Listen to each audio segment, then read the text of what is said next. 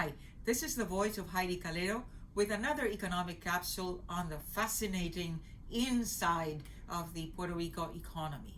Don't forget, those of you who want to receive notifications on new analysis for the Puerto Rico economy, to follow us in YouTube under the voice of Heidie Calero.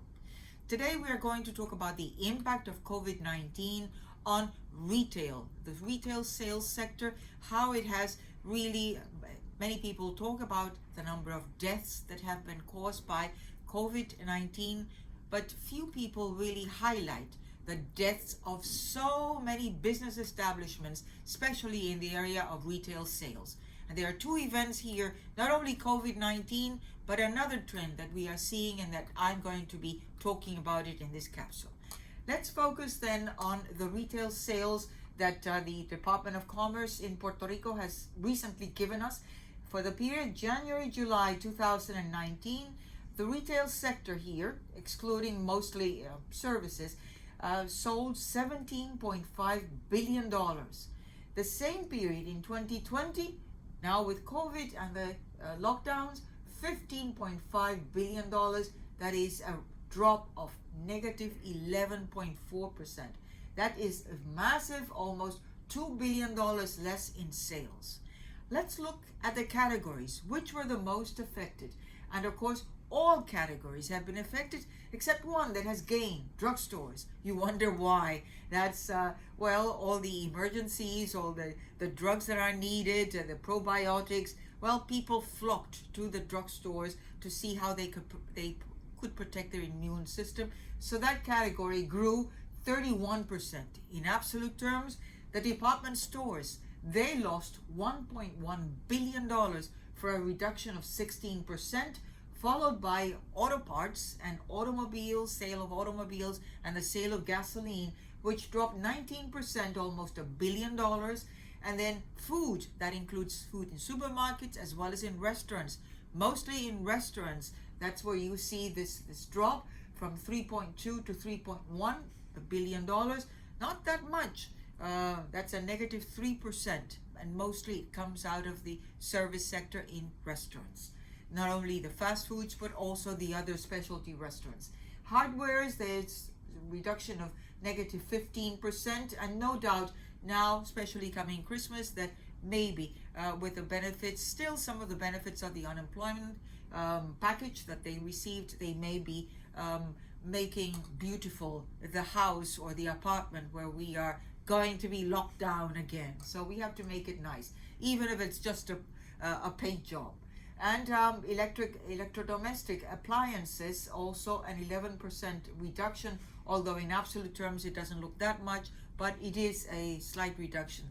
I don't know what it is in the DNA of Puerto Rican consumers, but we are so passionate about our TVs. You know, if we had a 50-inch TV, we want a 65-inch TV. We want a home theater at home, even though our maybe living room is just 11 by 10 feet across. So it's interesting to see these categories, but even more interesting, what is the impact on jobs in this sector?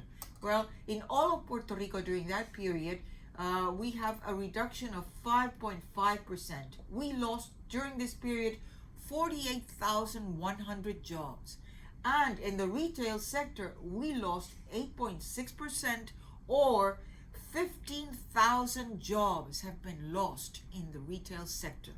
Notice in this pie chart, well, of this total job loss, how much in percentage terms, those 15,000 jobs that were lost in retail represent 31%. And what is more interesting is not only the impact of COVID-19 with the lockdown, but it is also the trend in internet, shopping by internet. Internet has curtailed, has killed distance. There's no longer any distance to go and buy things from the pleasure of your home, the commodity of your home. You can really go and buy at 1 o'clock in the morning, 2 o'clock in the morning, and you can buy through the internet. That is also affecting the retail sector. All those brick and mortar stores are moving in the direction, those who can, especially the chain stores, moving towards internet. And just to give you a taste of how globally this COVID-19 and this internet frenzy has impacted different stores. Well, Nordstrom, a chain that was started 120 years ago, well, they're going to close this year 19 of their 101 retail stores in the United States. We still have in Puerto Rico, we had Nordstrom in the San Juan Mall. They closed, and so that means they are also available in Canada. They seem not to be closing stores in Canada, but yes, in the States, they employed 75,000 jobs globally. Kmart, that's been in bankruptcy since 2002. Well, they're going to be closing 45 more of their stores. They will definitely, they closed already 2,400 stores globally. That gives you an idea of what this trend and this turmoil. Sears, another brand name in Puerto Rico, one of the new stores back in the 1960s or late 50s that came to Puerto Rico. Well, 51 of those stores, when it was founded in 1892, it has closed. 96 stores and 51 will be closed now in 2020.